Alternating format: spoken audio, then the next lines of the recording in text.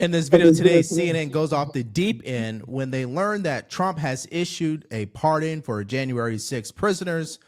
They had a complete meltdown. They definitely didn't like it. And you're going to see how they're going to start pushing a certain narrative about Trump in this particular action, all while ignoring what Joe Biden did, which we're going to get to in this video. But let's actually see the moment when Trump signs the actual pardons to get January 6 hostages out of prison. Check this out. This is January 6th. These are the hostages. Approximately 1,500 for a pardon. Yes. Full pardon. Full pardon or commutation? Full pardon. We have about 6 commutations in there where we're doing further research. Okay. Nice to see you again.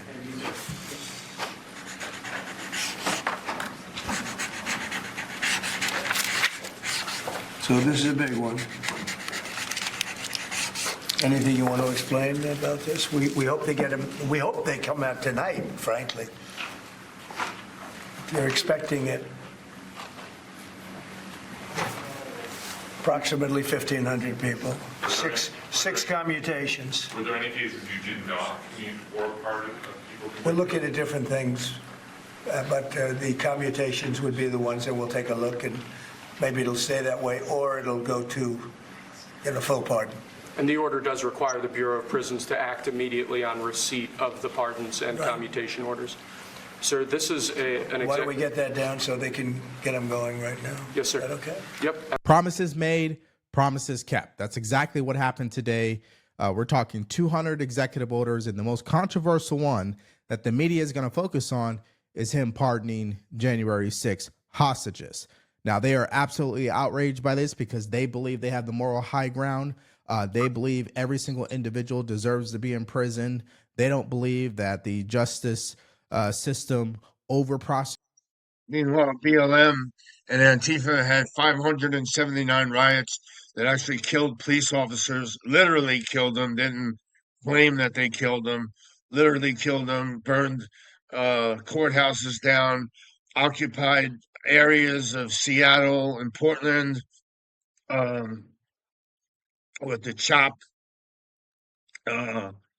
taking over the areas, also taking over police stations, flipping over police cars, shooting people in the street. They had did billions of dollars of damage, and Kamala Harris bailed these people out on what's called the Freedom Fund. But we'll continue with this video. This guy does an excellent job podcasting. I really like him. Then we can continue to listen to this video. A lot of these individuals, and we'll get into that in this video, why that is. But guys, this is a total meltdown for the media today, and they're ignoring the atrocities from Joe Biden and what he did with his family. And let me just show you an example of that. Check out Van Jones's reaction to Scott Jennings. With the pardons, what's your take on that? Here's what I think. Were these people punished? Yes. Were they ruined financially? Yes. Did they spend time in jail? Yes. Have their lives been ruined? Absolutely. And one of you said earlier, Van or Axe, that you think this sends a terrible signal that you can get away with things like this, as though we've never had a moment in recent American history when people were not punished for rampaging around when they shouldn't have been. It was the summer of 2020. And these people were actually punished. Those people were never even charged. That's not true at all. That's not true. Most charges were not. Let him answer. But I do see it differently in that I don't like it when people tear up buildings at all. I'm not a part of some pro-riot, pro-crime lobby. But I really don't like when people attack police officers. I really don't like it at all. I'm the son of a police officer. My uncle's a police officer. I don't like it at all. Now, he sounds like he's about to come to tears because of these January 6 individuals allegedly attacking police officers. Now, clearly, some can argue self-defense. Some could argue this is in the middle of a riot. I mean, listen, I'm not going to get into the semantics of this. Clearly, people are recommending Trump to look at those particular cases on a case-by-case basis. Getting back to Crybaby Van Jones. Yeah, so you had no tears for the people in Minneapolis, Where was your outrage then? A police precinct was burned down. The Capitol did not burn down here. But again, this is what Democrats do. They don't take responsibility for anything, and they blame Trump for everything, right? If you attack a police officer, before you get any lenience or before you get any support from this society, you should apologize. And they didn't. And that's wrong. And you yourself and others said you would have a problem if the violent ones were let go. I concede it. I agree. And that's my problem tonight. I agree. I don't like the idea specifically the people that attack police. I'm in agreement with you on that.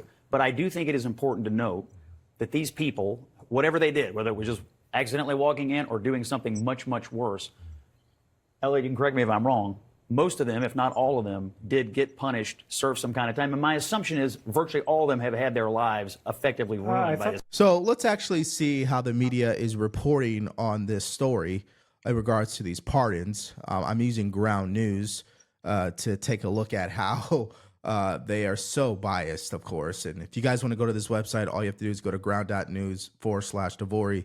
And you guys can check this out for yourself. Now, the story here is Trump pardons nearly all January 6 rioters on first day of presidency, okay?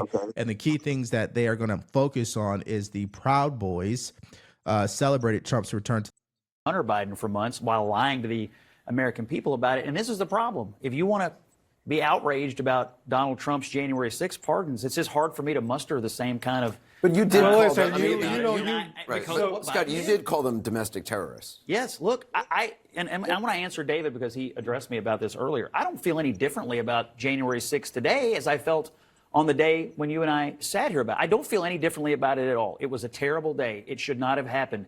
People should not have committed violent acts. And it was a stain on the end of Donald Trump's first term. However, I have taken in that event, his term, Biden's term, and then the American people took it all in, and they just rendered the ultimate adjudication for it. And the difference between the preemptive pardons and these pardons is the January 6 people, whether you like it or not, most of them did face severe punishment. Some have already been in jail and already out of jail. Yes, they got a pardon, but that doesn't mean they didn't face consequences for their actions. My problem with Biden is none of these preemptive pardons people are going to face any consequences. And For what? Most For of what, them, Scott? What are well, they? I don't know. What crime did they rampage through the Capitol? What What did they? Tax evasion. No, I'm not talking about Hunter Biden. You tell me. Why did they need it then? Why did they need Well, it? I think they. I just think it's fascinating that these Democrats are using mental gymnastics to kind of explain why this was a good thing that Biden did, which clearly it's not. Okay, you only do it because you know if Trump truly investigates these individuals, he will find something that they can be prosecuted for. So if Especially like Mark Milley and Liz Cheney, who deleted evidence on the January 6th committee. Why did they delete this evidence? How many FBI agents were involved in the coup d'etat, so to speak, the riot? Why are these being held from the American people, this information? But it won't be for much longer because the books will be opened and we will find out exactly all these criminals that were involved in sabotaging our government, from our border to our economy, to our countries, to our cities, to the homelessness, to the missing billions of dollars. It just goes on and on.